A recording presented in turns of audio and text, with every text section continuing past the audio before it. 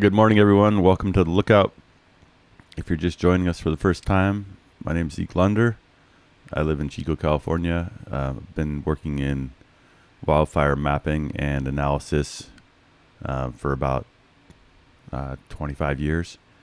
And we do listener-supported, user-supported reporting on wildfires.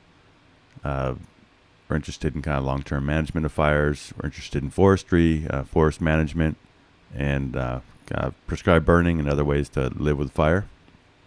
We take publicly available mapping and intelligence, and then we interpret it and display it and talk about it. So all the information that I'm showing on my broadcast is public domain, comes from public websites, and we just kind of apply our technical tools to help people visualize it and talk about it. We've been covering the Six Rivers Lightning Complex in Willow Creek, California, and now we're doing some coverage of the Rum Creek fire on the Rogue River. So this morning we'll cover both those fires. I'll take questions at the end. And if you missed the live stream but you see the video, I do respond to comments in there too. All right, so good morning, everyone.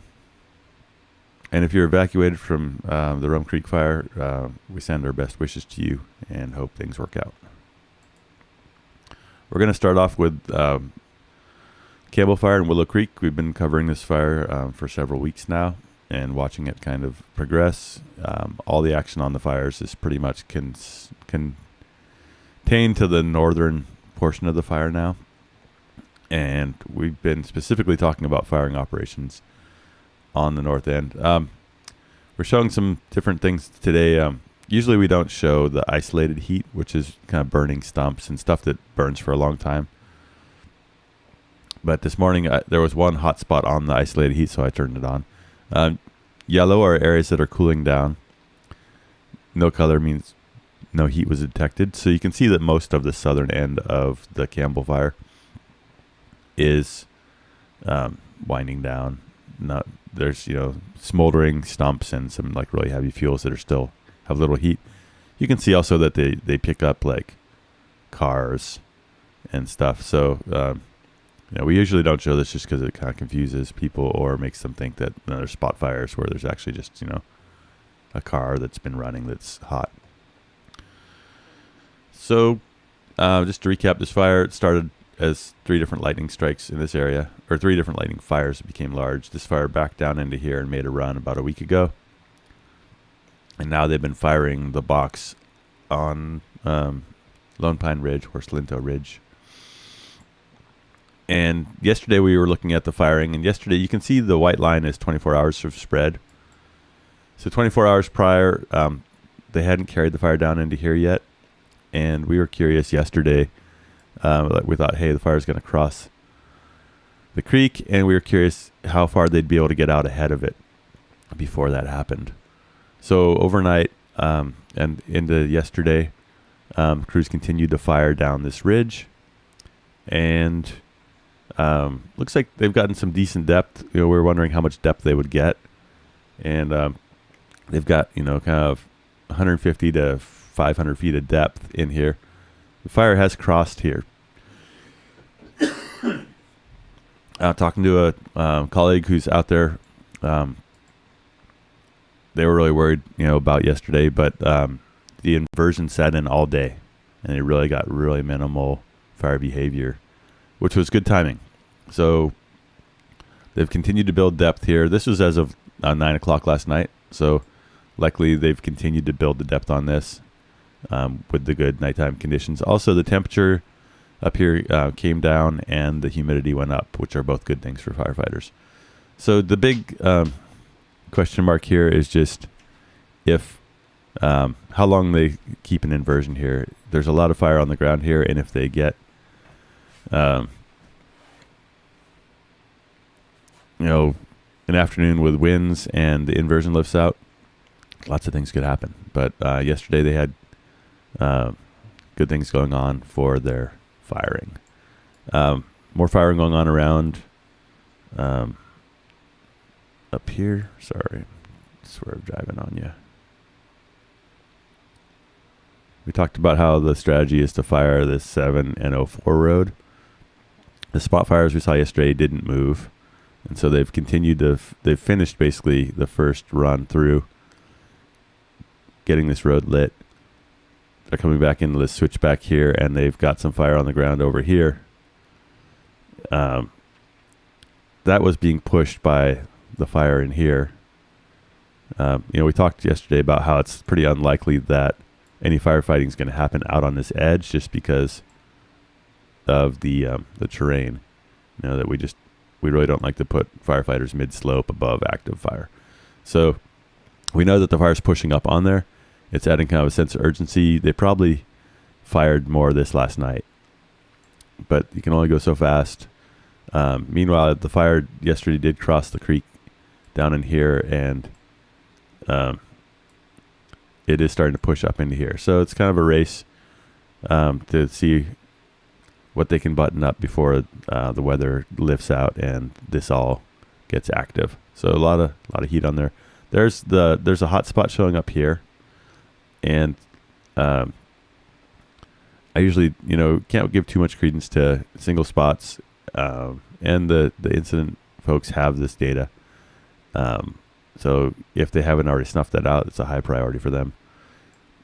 With smoke laying in, it has made it harder for them to use helicopters, but where they can, they're using them a lot. And the helibase is in a place where the smoke lifts out early, so that's helping them. You can see that they've fired with drones since yesterday. Yesterday, the white line is where the fire was. They've fired in here. Last night, the fire was mapped about 9:30. So they're putting some fire in here to kind of, deprive the fire of momentum, right? If we get another big run with the wind blowing up, funneling up this terrain here, we could easily have spotting over this control line. So by kind of firing towards the top of this slope and building in some buffer there, that's potentially going to help control the fire that's running out of here and keep it from spotting over their line. So drones have really they've really changed the game a bit with firing. Before we would have still fired stuff like this, but it would have been with crews on foot and in thick woods and everything else. Being able to do that with the drone is pretty amazing. I think the main question with drones is they're a great tool for us to get more fire on the ground, but they're also a great tool for us to get more fire on the ground. And if we put a lot of the kind of one of the tenets with prescribed burning is like, once you put fire on the ground, you can't take it back. And it's easy to put too much fire on the ground when you're doing a prescribed burn. And then once all this fire gets going, it's kind of like standing next to 1,000 campfires, where all the radiant heat from each one of those little fires starts to kind of turn this whole area into like super hot, dry, crispy. So how each bit of fire you put on the ground influences the next fire next to you, and then what happens when all of that has wind blowing on it in the hot afternoon.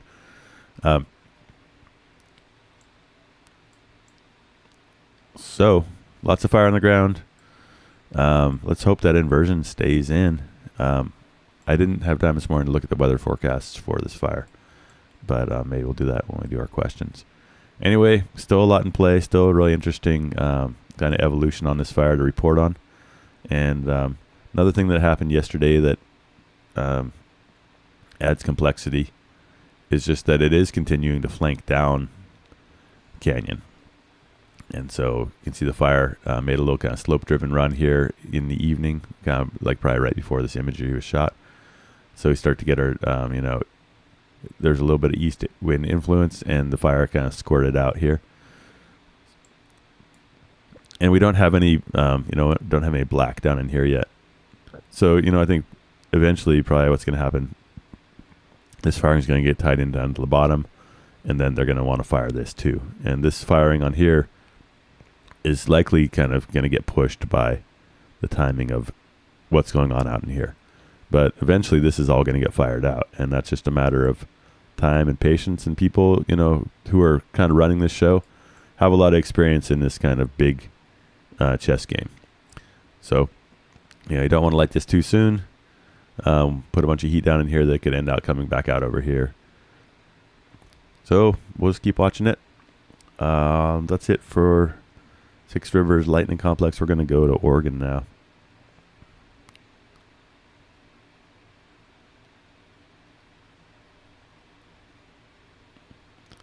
So coming in here to the Rum Creek fire, one thing that we're showing today is there was a big fire here in 2018 called the Rum Creek fire. Sorry, Taylor Creek fire. And we were able to get the bulldozer lines from that fire and the perimeter from that fire and just show that this Rum Creek fire, though it's doesn't necessarily buy a lot of protection for communities, it's surrounded on the south by a 2018 burn that had mixed severity, and you can't really see. This imagery is from 2016, so you can't really see the effects, but on newer imagery you can see that this is really a patchwork of clear cuts, and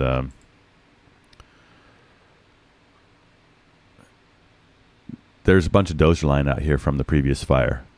So that buys some advantage in the firefight. Just that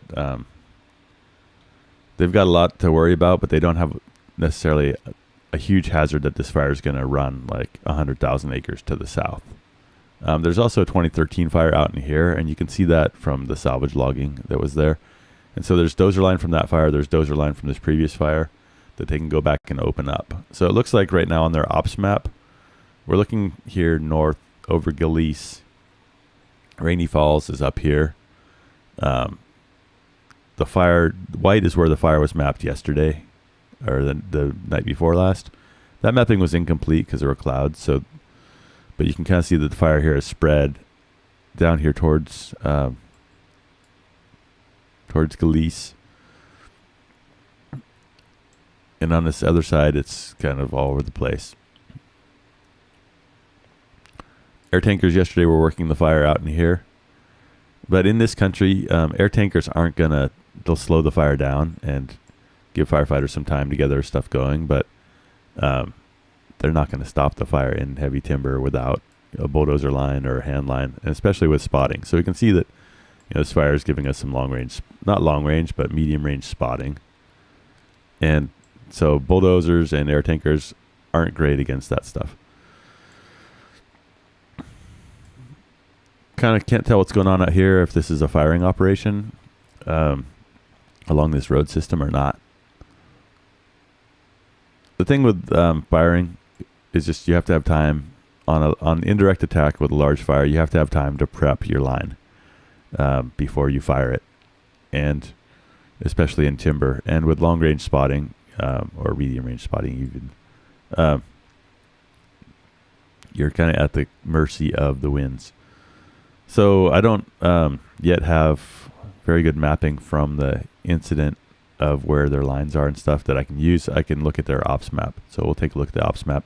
But on the ops map, it looks like they're showing that they've reopened the dozer line from this 2018 fire. So it's pretty likely that this south flank or this west flank of the fire is going to burn out to this dozer line. And as we've been talking about, likely they'll be prepping this line and then doing a firing operation off of it to build a buffer against the fire moving this way. Another thing we've been talking about is just that old fire scars control new fires. And so even if no suppression happened here on this dozer line, it's likely that this fire would get into this old burn and skunk around. But this fire stopped where it did because of a reason. Also, they didn't have a lot of good options. So, it's difficult you can't just necessarily let this fire burn out into this one and expect it to go out. But it would probably be good ecologically for this 4-year-old burn to get another burn to burn up a lot of the dead brush and down wood and stuff. But for the most part, people right now aren't excited about letting fire work for us. And so we're going to spend a lot of time and energy to try to hold the fire here, keep it out of this fire where it would actually probably be a really good thing. So that's the kind of stuff we're going to talk about here on the lookout is, fire's place on the land, what fire can do for us, how a lot of what we do with fire control is often futile. and based on ways of thinking about a landscape that are extractive and blah blah blah. All right, so Rum Creek. We'll keep looking at it. I'm going to pull up the ops map for it real quick. We'll just take a quick tour around the edge of it, just if you're familiar with the geography. Here's Rainy Falls Trail on the Rogue River. The fire's back down the Rogue River and it hasn't crossed, and it's cooling off here. The mapping shows it as red, but that's all pretty much cooled off in the infrared. When we get over to this end over here, the fire kind of continues to flank out towards Rum Creek. This white line is where the fire was 24 hours before the last mapping, so night before last. This flank is cold along Rum Creek here, except up here, this is new spread. As we've talked about before, early in this fire, they dropped like 250,000 gallons of retardant on this flank mainly, and they cooled it off there, but it's still got heat in this. It's still spreading down towards this creek. I don't know what they've got going on for firefighting down through here. Retardant really slowed it down for a few days, but it's still spreading.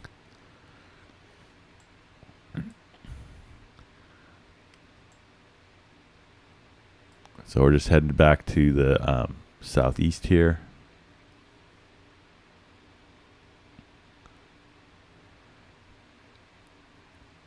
They've got this road here, major road, that it's hard to hold mid-slope roads with firing and with control. You know, the fire likes to run uphill and jump over your line.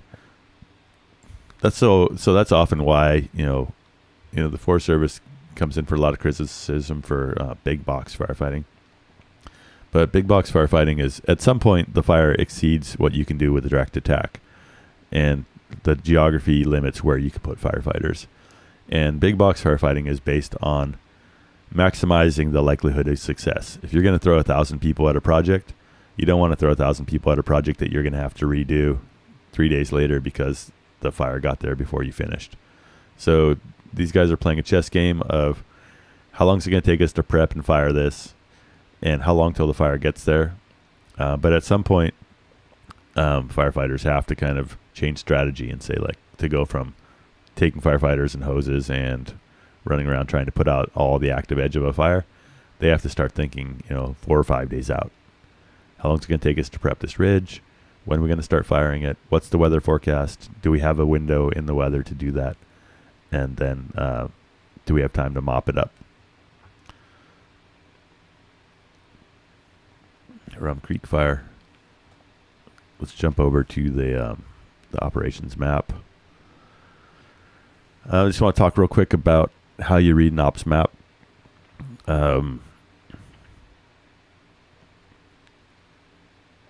So here we're down around Galice.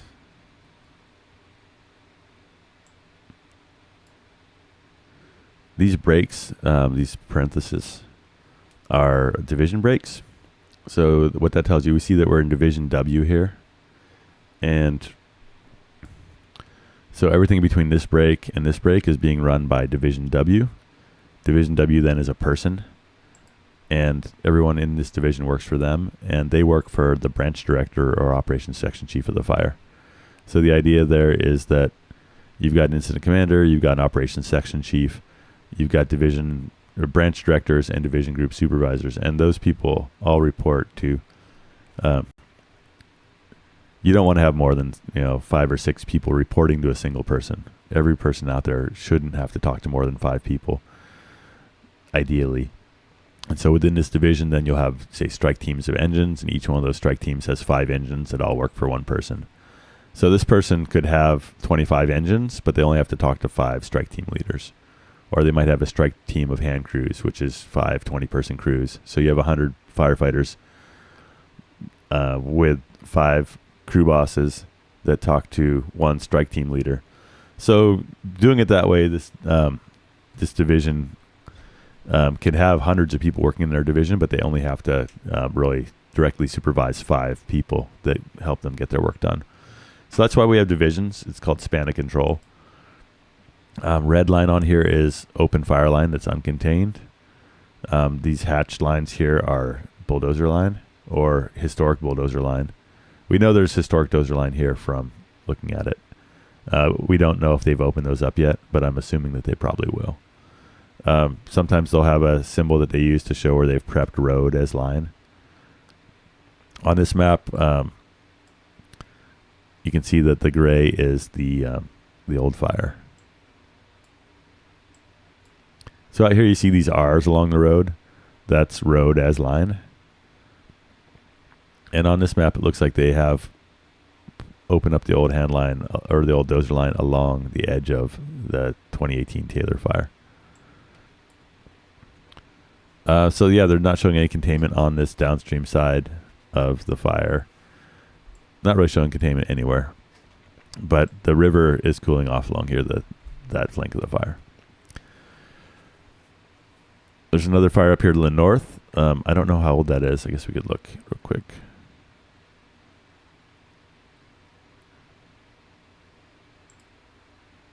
Douglas Complex from 2013. I think they're showing older fires on their fire history layer. I often just show like the last 10 years because the fire scars kind of lose a lot of their kind of tactical benefit after 5 to 7 years as far as kind of growing back in. You can see the old fire scars in here. You can see them by where there's areas that are large, with less vegetation or where they've done salvage clear cuts.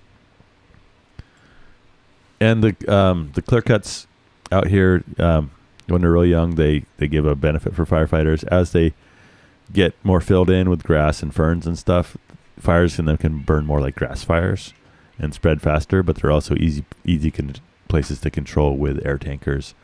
And with those fine fuels, you don't have as much spotting. So this whole kind of patchwork puzzle of vegetation, old scars, clear cuts, road access, that's all stuff that people have to kind of piece together when they're going to come up with a strategy of how they're going to box in this fire. All right, so that's going to wrap it up. We do these every morning when we can. And we'll be covering this fire as it continues. There's not a lot going on in the rest of fire world. We usually focus on fires in Northern California, but there's not much going on, and thought we might be able to be helpful up here. We're supported by donations via our website, the-lookout.org. We have a PayPal link there, and every little donation kind of helps a lot for us to be able to take the time to do this. Consider doing a subscription, $5 a month. Really adds up when we've got quite a few people doing it, and that allows me to take some time. I've got a full-time job, so I have to kind of have to put an extra effort to do this. So those donations really help motivate me to do that. Thanks a lot. See if there's any questions. Someone says that Kevin Jansen did a YouTube video of the falls in that road, region of the road. Okay. Kevin Jansen, YouTube video of Rainy Falls. All right. Good luck, everyone. Thanks for watching.